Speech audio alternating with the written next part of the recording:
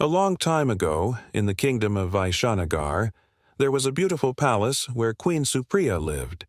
She was married to King Vikram, a wise and powerful ruler. However, the king wanted a son to become the next king. For 10 years, Supriya could not have a child. She prayed, fasted, and visited many saints and priests hoping for a blessing. But nothing changed. Over time, the king became distant and cold. One evening, he made a painful decision. "Supriya, you cannot give me a son. The kingdom needs an heir. I must marry another woman." Supriya's heart broke into pieces. She had suffered from whispers and pitying looks from the people, and now even the king had abandoned her.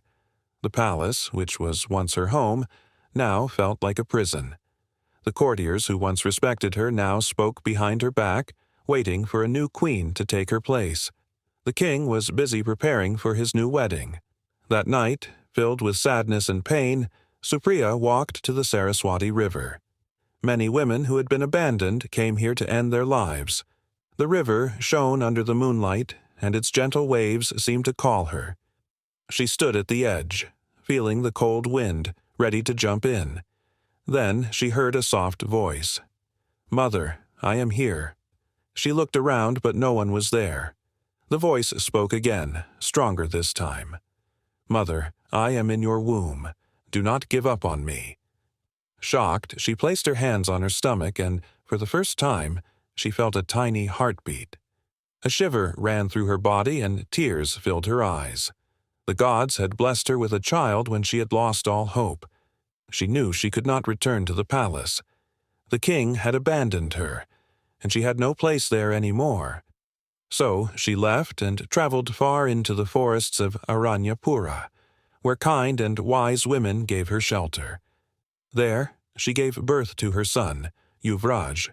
He grew up away from the palace, surrounded by nature, love, and wisdom.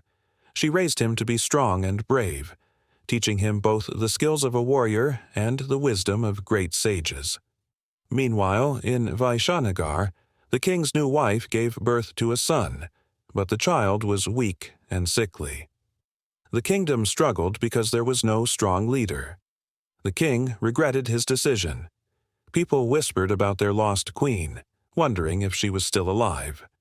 When Yuvraj turned 21, Supriya told him the truth. "You are the true prince of Vaishanagar, but power is not given. It must be earned."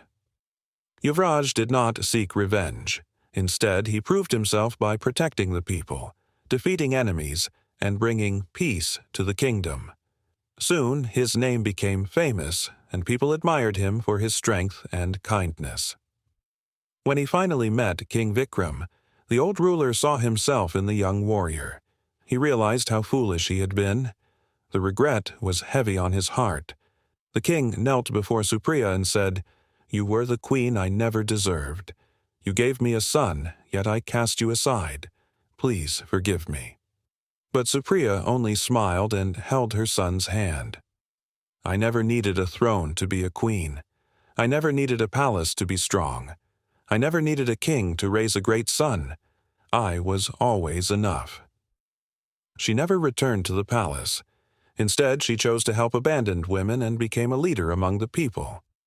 Women who had been cast aside came to her for shelter, guidance, and strength. She built a safe place where no woman would ever feel alone or powerless again. To honor her, Yuvraj built a temple in her name, a place for women who had been forgotten by society, where they could find dignity and purpose once more. The temple of Supriya became a symbol of a mother's love, strength, and resilience. It stood as a reminder that true power is not in titles or thrones, but in the courage of the heart. This story is about strength, self-worth, and resilience. It highlights how true power doesn't come from status, wealth, or a throne. It comes from within. Queen Supriya's journey represents self-empowerment, showing that even when society abandons or underestimates someone, they can rise above their circumstances. Instead of seeking revenge or validation, she finds her own purpose, proving that a woman's worth is not defined by her ability to bear a son or by a man's approval. In today's world, many people feel pressure to match society's expectations, whether it's success, looks, relationships, or status. We often think that our worth depends on what others say, but just like Queen Supriya, we must remember that our true value comes from within. Believing in ourselves, staying strong, and being kind makes us truly powerful.